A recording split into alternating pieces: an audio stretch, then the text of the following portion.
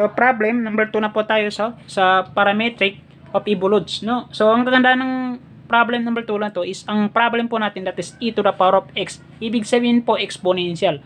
So alam po natin pag exponential, pag diniderive po natin yan, lalo na pag ang exponent ay x lang, hindi yan magbabago. Kahit ilang million po mo yan i-differentiate, ganyan pa rin ang lalabas. So ito yung kagandaan ng exponential. Ito yung mga gusto ng mga estudyante, exponential yung problem. So ngayon kunin natin yung y prime and second double y prime. So that is y prime is equivalent of e to the x pa rin yan. Then double y prime, that is what? That is e to the x pa rin yan. So ngayon, i-apply na natin yung formula sa x. Kapag diniderive kasi ito, pag exponent ay x lang, magiging ganito pa rin ang result nito. So that is x is equivalent of x, no? Minus equal to x minus y prime. So ngayon, ang y prime po natin, that is e to the x multiply by 1 plus y prime. So, e to the x. Pero, magiging 2x. Bakit? Kasi, naka-quantity yan.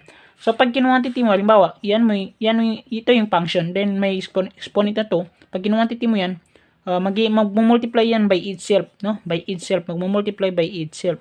So, ang mangyari, e to the x, mag-add po yung exponent. Kaya, ang exponent dito, x plus x, that is 2x. No? Kaya, naging e to the 2x yan. Dahil may quantity dun sa formula ng evolutes. So ngayon, all over na lang natin sa double y prime which is e to the x. So ito pwede natin i-distribute yung e to the x dito. So magiging minus e to the x. Then e to the x times e to the x is equivalent of what? Equivalent of negative e to the 3x. Tama ba? Take naman tama. So yan, e to the x. Dahil mag-add po yung exponent ng 2 pati 1. So that is 3x. So ito, tignan natin.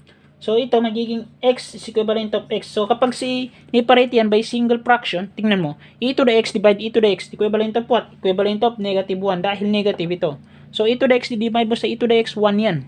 Then, dito naman, yung e to the 3x, i-divide mo sa e to the x. Mababawasan ng isang x yung 3x. Kaya magiging negative e to the 2x na lang dahil dito sa denominator na meron tayong e to the x. So, matatanggal yan. Mababawasan ng isa because of law of exponent. So ngayon, ito na po yung sagot natin sa x in terms of x sa evolutes. So kunin naman natin yung in terms of y. So that is y is equivalent of y. Ano yung y? Ang y po natin sir, that is e to the x. So e to the x plus 1 plus y prime. Kaya lang ang y prime mo is e to the x. So kapag kinwantity natin yung e to the x, magiging e to the 2x, no? So double y prime, that is e to the x pa rin yan. So ito yung kagandaan ng e to the x na exponential na problem. So ngayon, ang gagawin mo lang dito is gagawin mo siyang single fraction. So that is y. E to the x times e to the x, that is what? That is e to the 2x. Dahil multiply po yan. Pag multiply, mag-add po yung exponent niya. So ang exponent nito is 1. Ito naman 1. So 1 plus 1, that is 2x, no?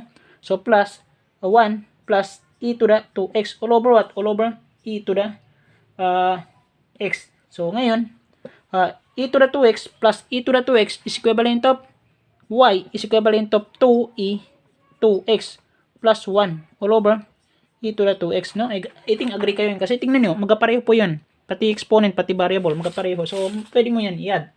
So, ngayon, ang gagawin mo na lang dito is tingnan natin. Ito, i-divide natin. Gawin natin single fraction. So, dito na lang. So, that is y is equivalent to, pag dinivide mo yung e to the 2x dito, mababawasan ng isang e to the 2x. Kaya, ang matira, 2e x na lang. Siguro agree kayo, di ba? Kasi tingnan nyo, yung e to the 2x na yan, kapag dinivide natin sa e to the x, mababawasan yung isa na exponent because of law of exponent. So, ang 2x magiging e to the 2, magiging e to the x na lang. So, dito, 1 all over e to the x, no? So, kapag inakyat po natin yan, magiging 1 all over what? Ay hindi siya maging 1 kasi wala naman siya denominator na 2. So, that is e to the negative x. Kasi ito po yung sagot sa box. Inakyat niya po dun sa box.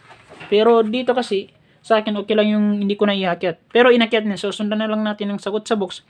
So, kung nagtataka kayo kung bakit negative x yan, madali lang. Kasi tingnan nyo, dito kasi yan sa denominator positive. Pero, ang rule ng exponent, kapag yung isang variable daw is inakyat mo, magiging negative kapag positive siya sa denominator. Kapag negative naman siya sa denominator, kapag inakyat mo naman, magiging positive. So, ganun po yun. So, ngayon, yan po yung problem natin sa number 2. Then, proceed po tayo sa problem natin sa number 3, no? And problem number 4.